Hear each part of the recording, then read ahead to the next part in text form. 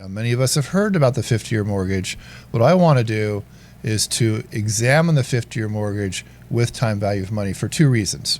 One is to see if you should get one, and the other is to see if your client should get one. I guess the third reason is so that you can at least have an intelligent conversation about it to help someone make the right decision, because that's what we do here at Does It Pencil.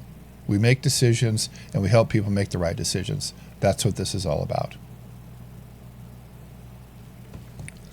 Okay. I totally made all that up. That was pretty good, don't you think? No notes, no nothing. That was Joe Unplugged, everybody.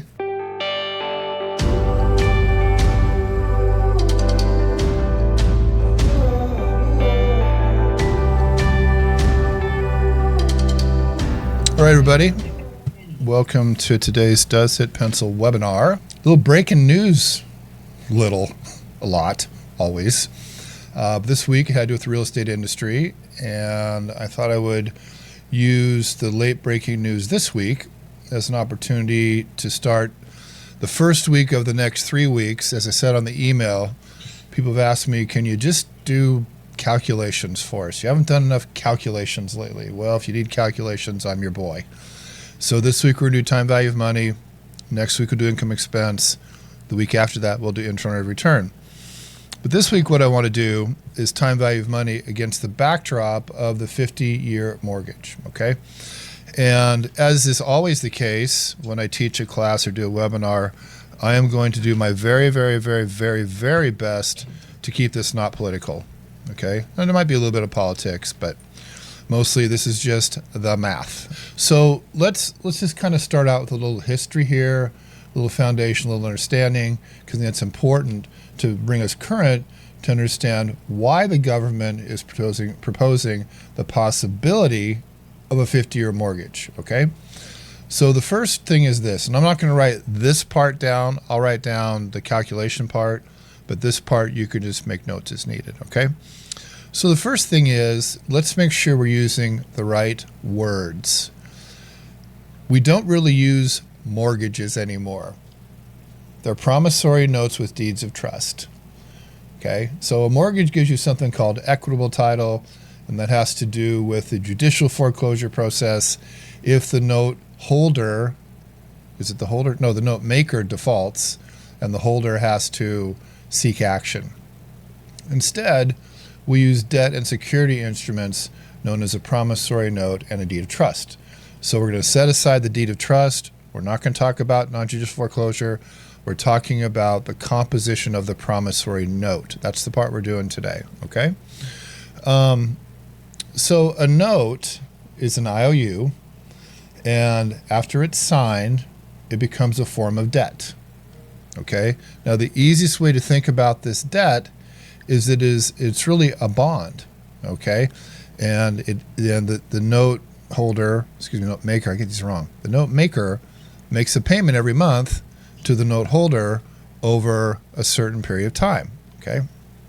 And that matters because what happens with these residential mortgages, unless they're held in-house, and some lenders do hold their paper in-house, locally the one that I know of the most is a bank called Washington Federal, and some other ones do too, okay? But by and large, and I don't have the percent, maybe one of you guys do, but they're mostly packaged and they're sold on the secondary market as something called conduits. And it's just basically a bundle of mortgages that is sold to someone who wants to buy that form of debt, okay?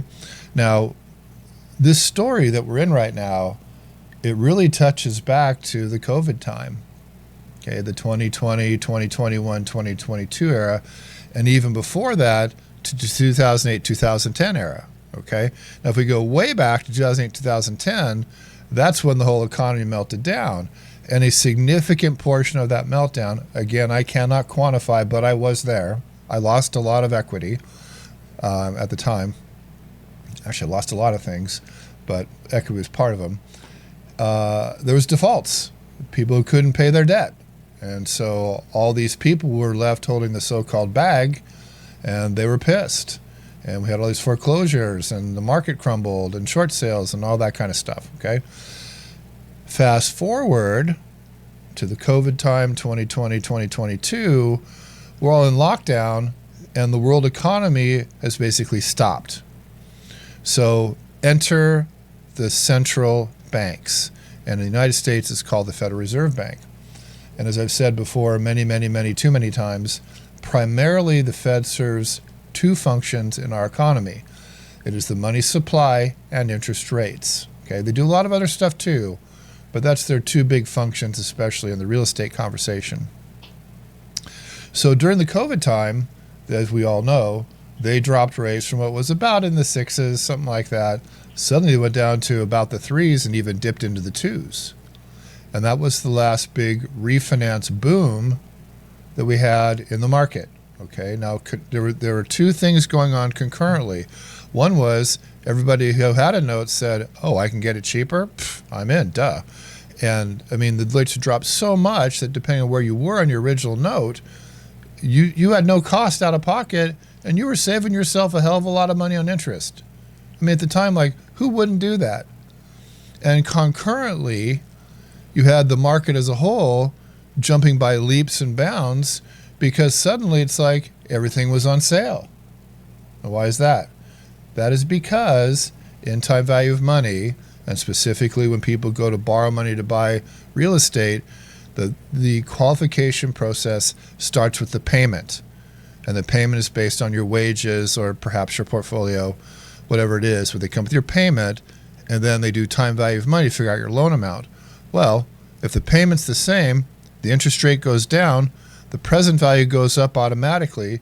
Borrowers can borrow way more with no effect on their monthly debt obligation, and sellers profit. Okay?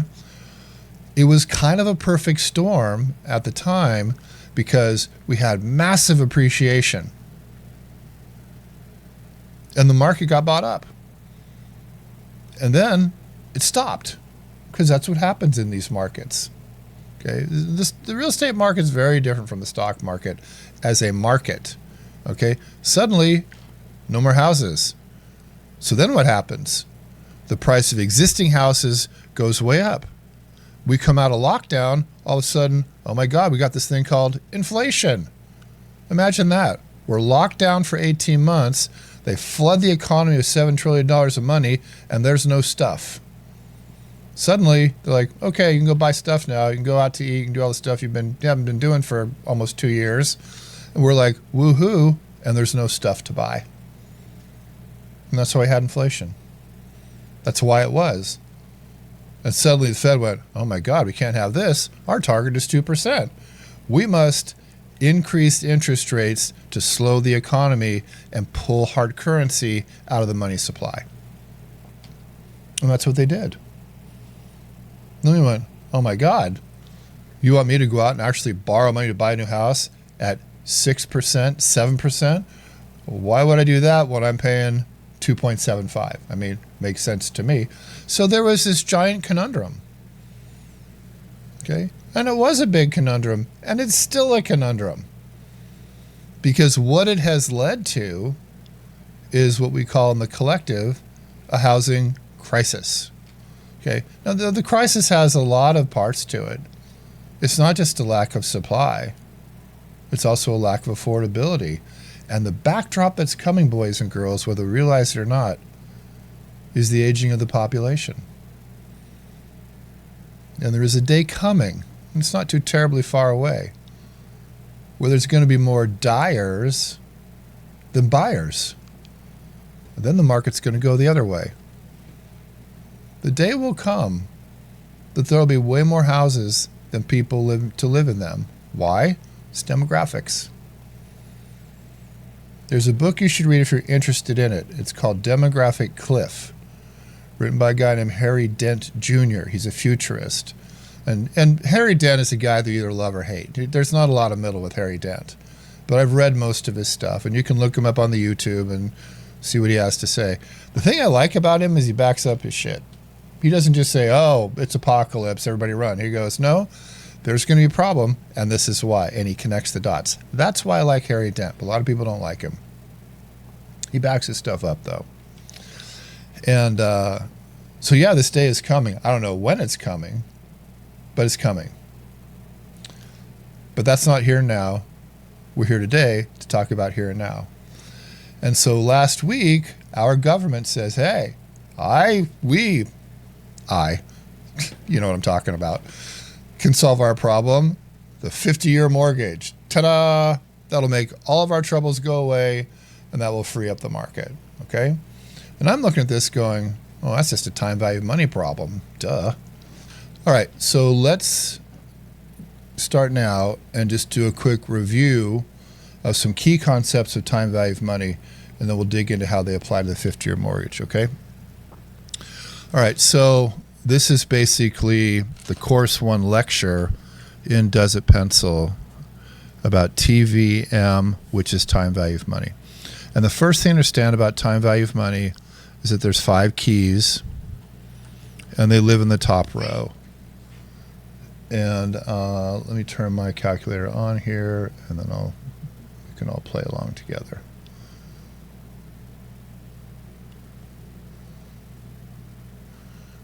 So this isn't going to be a big calculator lesson. I just want to show you on the calculator what's going on. Can you guys see that okay? Can you see this part up here?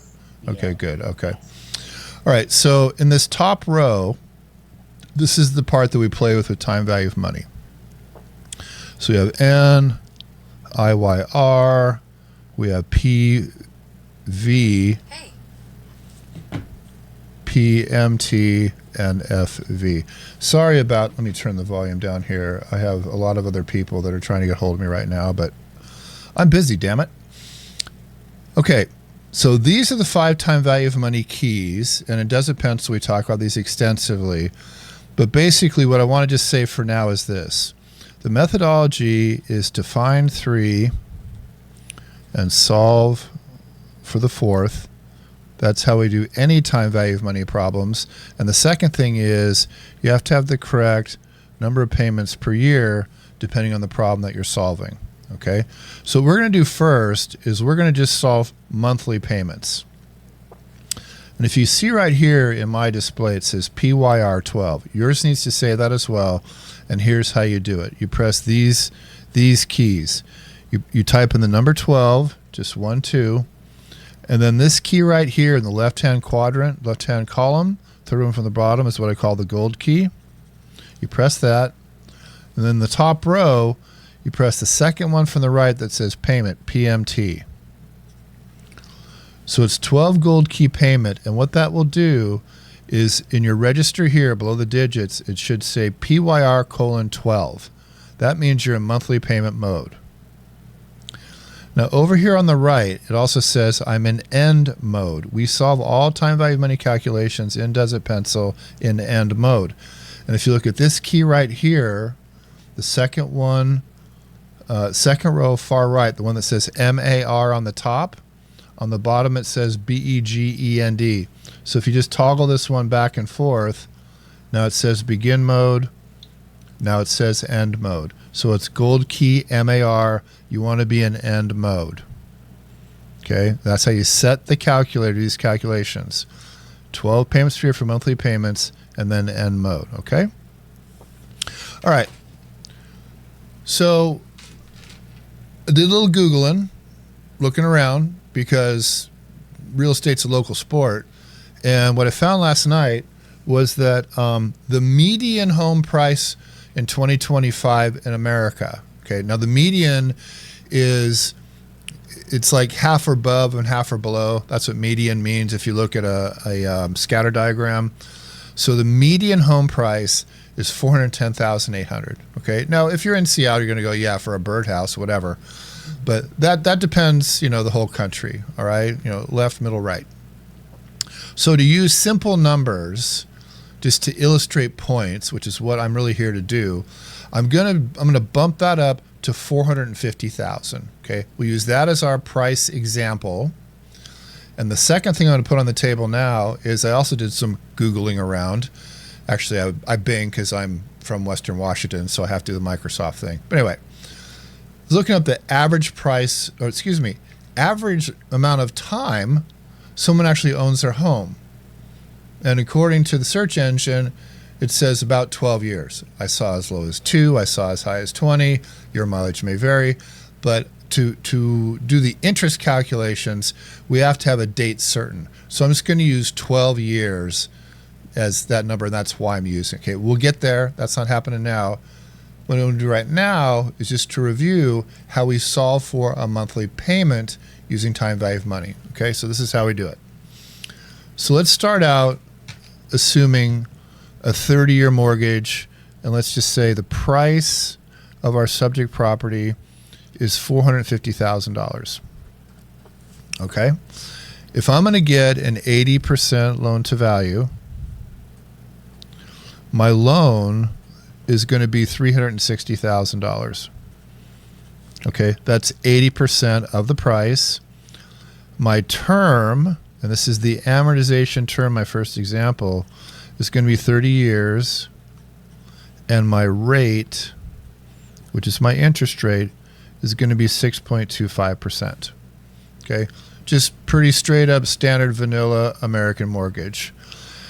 So the way that time value of money works, as I said previously here, is you find 3, you solve for the 4th. That's how it always works. So here we have in this scenario, the loan is going to be our PV. That's what corresponds with this key right here, the PV. The term is our N, and that's the upper left-hand corner, and the rate is going to be our IYR.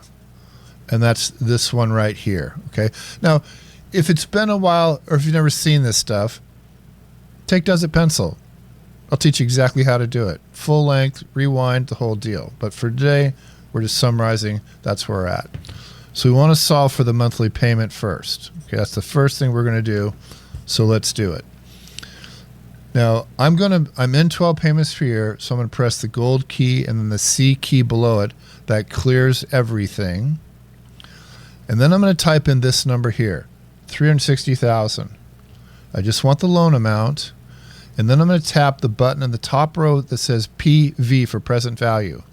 So I enter the $360,000 into the present value register. Then I'm going to enter my term here. We do it this way. 30 gold key N. So when you enter this term, you always press this gold thing before you press the N. What this does is this is to balance rate and term, which I'll also explain to you when you take Does It Pencil. Lastly, I'm going to enter this rate, 6.25, and then tap this one here that says IYR. Oops, 6.25 IYR. Okay, so I have 3. I solve for the 4th. Now I just press, I press 30 gold N. Okay, that is in there. Now press PMT. That solves for the monthly payment because I'm in 12 payments per year. So my monthly payment is $2,216.58. Okay, that's pretty straight up. That's about as basic as it gets in a real estate application using time value of money to solve for payment. Okay. All right, now I'm going to take this exact same scenario and I'm going to push it out to 50 years, okay? Now, before I do that, there's something else that I want to say. And I'm going to change one of the variables, and I want to tell you why. I'm going to change the rate. And I cannot tell you from a mortgage broker's point of view exactly what it's going to be, but what I can tell you is this, because I know something about the financial markets. The interest rate that is charged on a bond, and everything in the real estate industry for mortgages, misnomer, promissory notes and deeds of trust, but we're used to calling them mortgages, really comes from the 10-year government treasury. So what's happening is this. Investors are looking out into a 10-year time horizon. And what investors are saying is, I'm willing to accept about, it's not exactly 6% because everybody gets their piece before it gets there, but we'll just say 6.25%. I'm willing to accept that rate of return for giving you $360,000 because I'm buying that note, and I'll hold it for 10 years. Okay, that's the basic idea. If you then tell the investor, well, That was based on a 30-year note. But now we're going to a 50-year note. So the further I go out in time, what's the one variable that goes up? Risk. Okay, risk goes up. So I'm sitting here as the investor in a place called time period 0, which is the beginning. I'm like, hey man, I'm not taking 6 1/4 if it's 50 years. I want more because it's more risk. Okay, that's the basic idea. Now again, I don't do mortgages, but this is what I'm going to do. I'm going to say instead of 6 1/4, it's going to be 7 1/4. Okay. Now, if, when, and as we actually have 50-year mortgages, you'll see this. Okay. And it's no different than if you get a 5-1 ARM, it's going to have a lower rate than a 30-year fixed, right? Unless the yield curve's inverted, which I'm not getting into today, Chris, but I will, I promise. Okay. So let me write down the key presses for the 50-year, and then we'll do it, okay? So what I'm going to write down first, just like I do in Does It Pencil, is all the key presses as if you were taking the class, which would look like this. 12 gold key payment, gold key clear all. Now, I'm already in the 12 payments per year, so I don't have to do this part, but I will clear it. Then I'm going to type in 360,000 PV. That's the amount of the note. 50, almost did 30 there, sorry. 50 gold key N for a 50-year amortization. 7.25 IYR, and then I'm going to solve for my payment. Okay, so let me do that. So clear it, and then type in 360,000 PV, and then 50 gold key N. So this is actually 600 months of payments. 7.25 is my interest rate. That's the IYR, and then solve for PMT. And I get negative 22.35 and 22 cents. Okay, I put brackets around this to denote that it's negative. Now, if I compare it to this payment, it's only like 20 bucks different. Do you see that? Now, that's mostly because I bumped the interest rate a point. Okay, but this is the first thing I want to point out.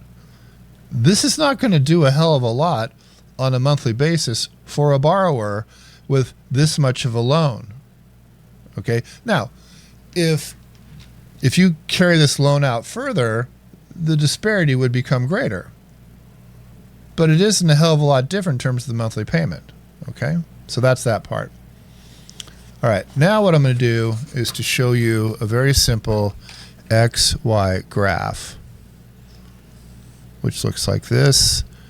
And then this is called a parabola, like this. And here's how you can tag your chart. This horizontal top line is the payment of the note. It's flat because it's the same amount each and every period.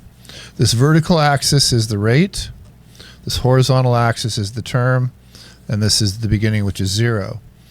And so if you were to take your note, we'll just say your 30-year note, and plot it every month with interest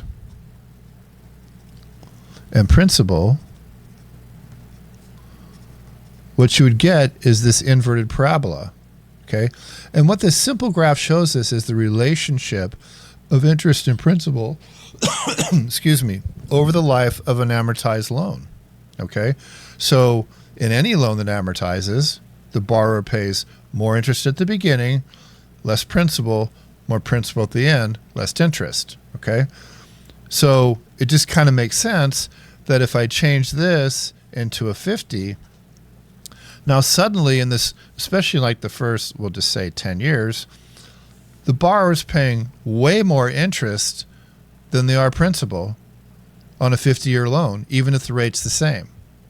Okay, but this is a basic, simple graph to show you. I always show this in Does It Pencil about the relationship of interest to principal over an amortized loan. Okay, so now what we're going to do is we're going to quantify that using the HP12C or 10B2.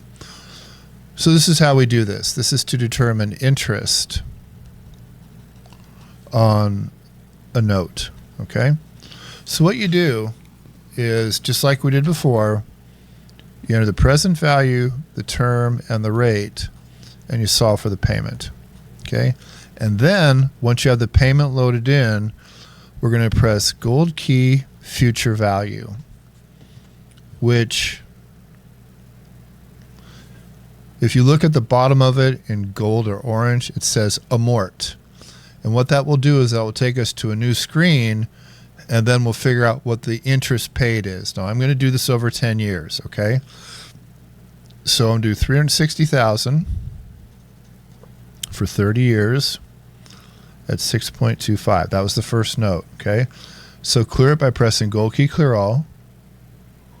Type in 360,000 and then press PV, this one right here, and then 30 gold N, and then 6.25 interest, solve for monthly payment. Okay, so you have to solve for the payment to get the amortization inside of the note.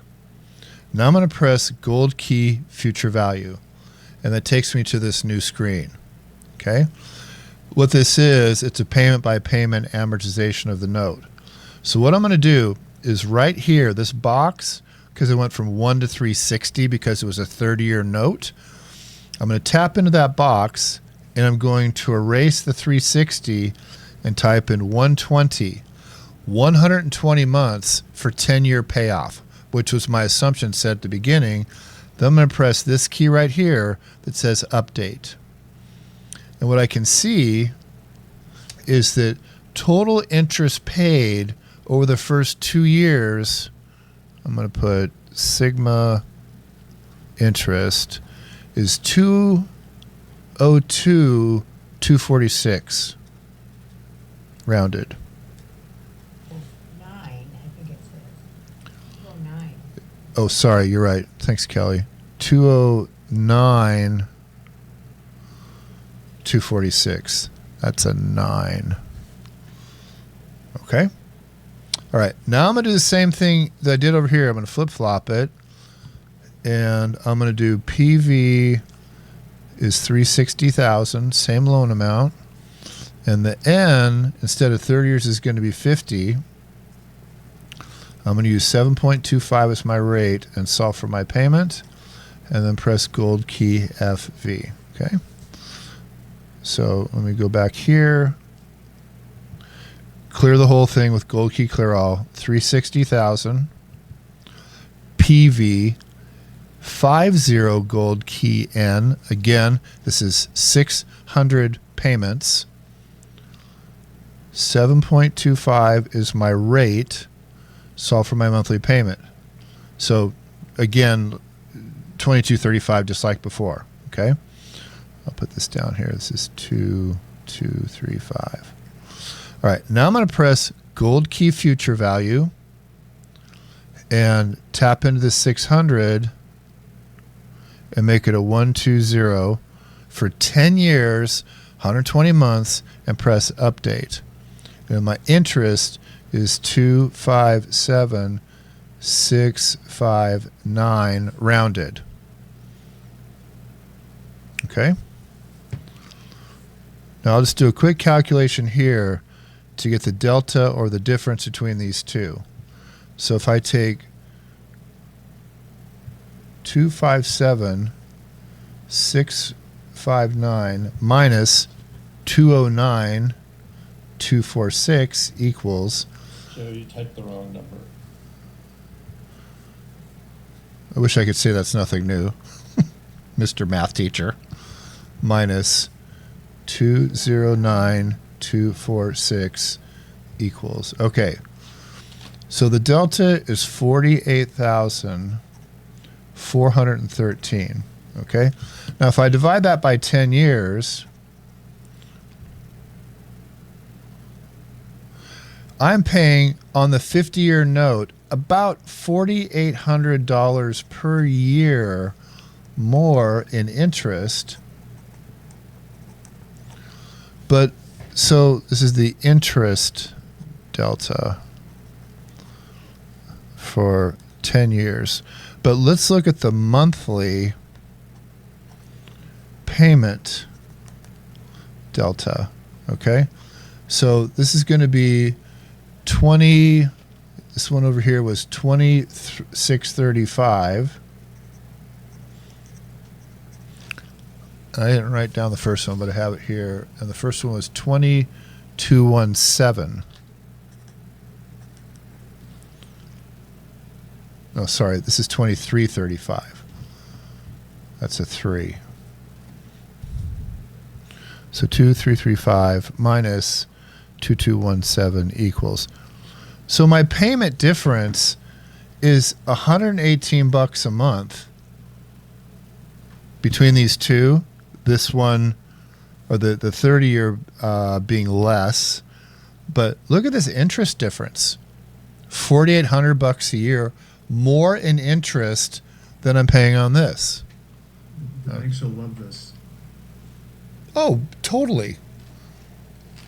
Totally. Why are they recommending this? Well, so Kelly, that's why I did this class today. I'm like, you know, Self-interest. this is another, I swear you guys, if I show up dead, like at the shopping mall, you know why, okay?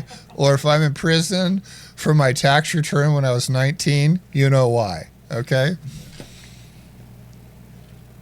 I mean, this is kind of become my reason for being, is calling bullshit on propaganda, you know? It does not pencil, government. Why would the market do this? This is not in people's best interests. Okay. Now, the only thing, let me come back. Let's just do full disclosure here. The only thing that would be different is if the rate stayed the same for the payment. Okay. So let's do it one more time, since you guys wanted to do lots of number crunching today. So let's do 6.25% 30-year one more time. So it's 12 payment per year thing, which we've already done. And we clear it. 360,000 PV, 30 gold key N, 6.25 is my rate. Solve for my payment. Okay. So let me do that. All right, so 360,000 PV, 30 gold key, and 360 payments. Interest, solve for payment. So my monthly payment here is 2217, roughly rounded. Okay, now I'm going to pause here. I'm going to show you something else on the calculator that I'm going to show you a different way to, not to calculate interest, but to calculate payoff. Okay, another does it pencil skill. So this is what I'm doing. If I go back to my graph, looks like that. Here's 0, here's 30. What I'm going to show you now is, if you were to just stop at 10 years and solve for the future value, like if you sold the property, what would the payoff of the note be? So here's how you do that. You have the payment in the calculator. Then I'm going to do this. 10 gold key N. So what I'm going to do is I'm going to push the loan out 10 years, because we said at the beginning that's our payoff. And when I do 10 gold key N, I'm going to see 120 in my display because I'm in 12 payments per year. This is calculating based on the monthly payments. So if you were to push it out 120 payments, which is 10 years, and then solve for the future value, the payoff of the note would be 303,256 rounded. Okay. Now that doesn't calculate the interest paid, but it tells you that's the amount due. Now let's contrast that to the 50-year, but I'm going to use this rate. 50-year. Because Kelly always asks excellent questions. Why would I do that? Well, that's why we're here, friend. 360,000 PV, 50 gold key N, 7.2 excuse me. God, I'm sorry that I'm messing up some of these. This is 6.25 IYR, and then solve for our payment. Okay, let's do that. Gold clear. I'm in 12 payments per year. 360,000 PV, 50 years gold key N, 6.25, same rate, solve for payment. Now my payment goes down to 1962. Okay. Now, this is more kind of an apples and apples thing, because if all things stay equal and I stretch out the amortization term, my payment does decrease, in this case by about $300 a month, 250, something like that. Okay. But let's see what our payoff is with the longer amortization term. So 10 gold key N FE. Now my payoff is 345 564. Okay, so the delta here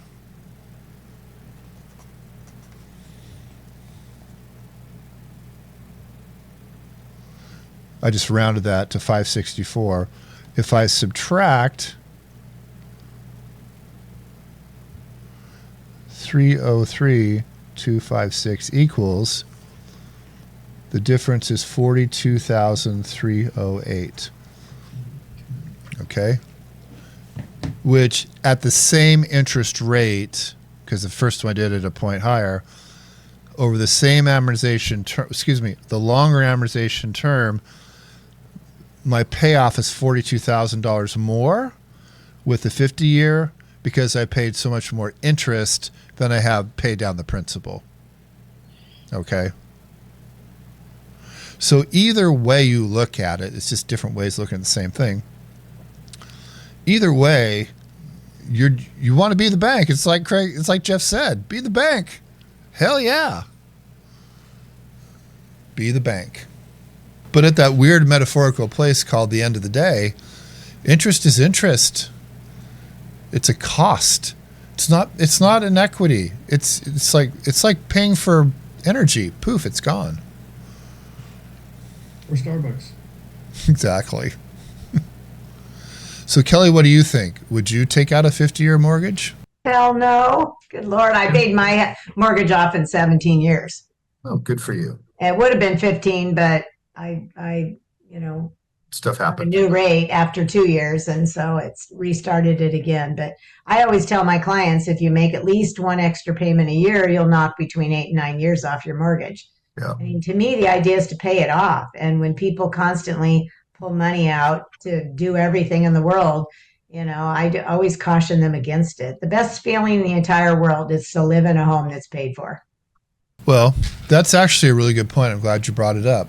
And I wrote a blog about this that I started last night.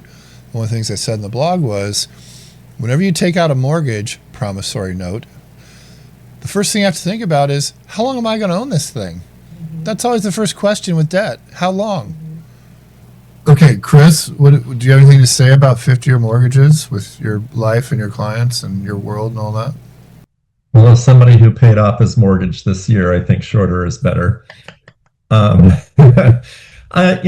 think it maybe would appeal to an investor, who's looking for the lowest, carrying cost on a property and wants to pursue cash flow. But this isn't a path to, housing affordability for, your average citizen, non-investor type.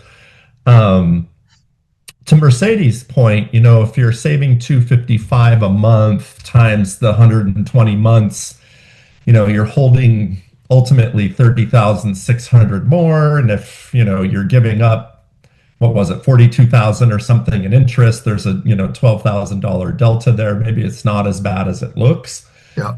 But, at the end of the day, you're probably spending that money somewhere else. You're probably not investing it, or, it's the max threshold you could afford. It isn't like you're banking that money or investing that money somewhere. So that's sort of like fictitious play, hypothetical outcome kind of talk.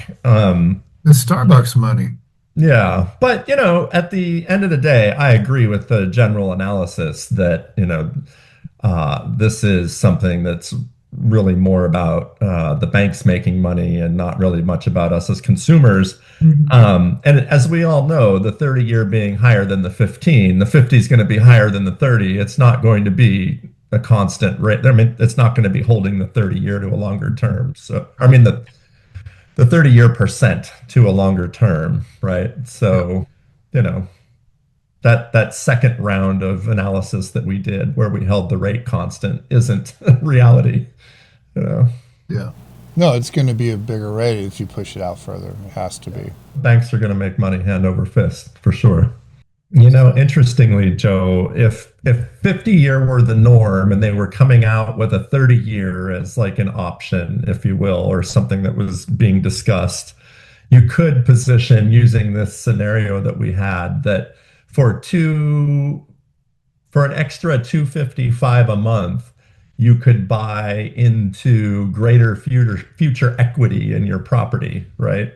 You could buy into on a monthly basis a future plus what was it, 42 or $48,000. So that makes a case for uh, deciding whether you want savings today or equity later, right? Yeah, and that's really the question. That Yeah, that's well put.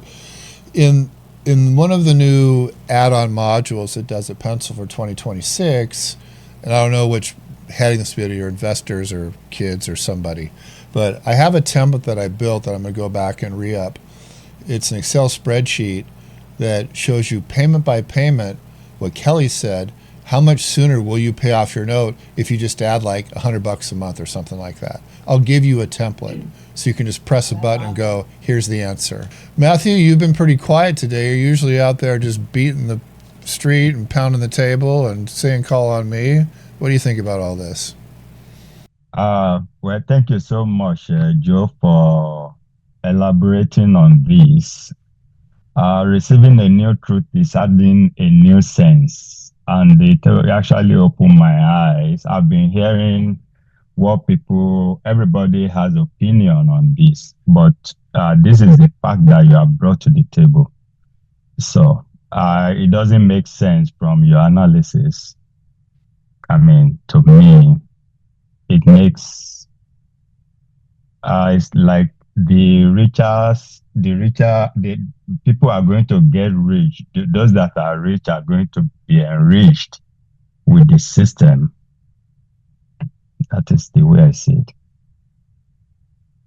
Well, I'm going to do a class someday on would you rather be rich or poor, and let's look what rich people do and decide if you want to do it too.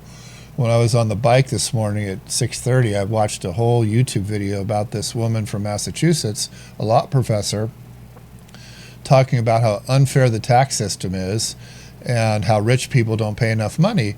And she kept falling back to her original argument, which was the government collects about 5 trillion taxes a year and spends 6.8. She kept talking about the deficit, and I'm sitting there riding my bike and listening to all this stuff, and I'm thinking to myself, well, hey, lady, did they ever think about maybe not spending more than they make? Did we ever tell them about that part? But of course that never comes up. That's pretty good, guys. I think I went, Great, Yeah. man. yeah, that was a good one. Kindly. Yeah. Well, thanks for showing up. Trying to float away this weekend. God bless you, all that stuff. Hey, Craig, what's going on in the Bay Area? And Jeff, do you have the big hose pointed at you down there too? We had it yesterday. It's cleared up today. I think it's going to rain again on Sunday. Yeah. Yeah. It's pretty wicked up here.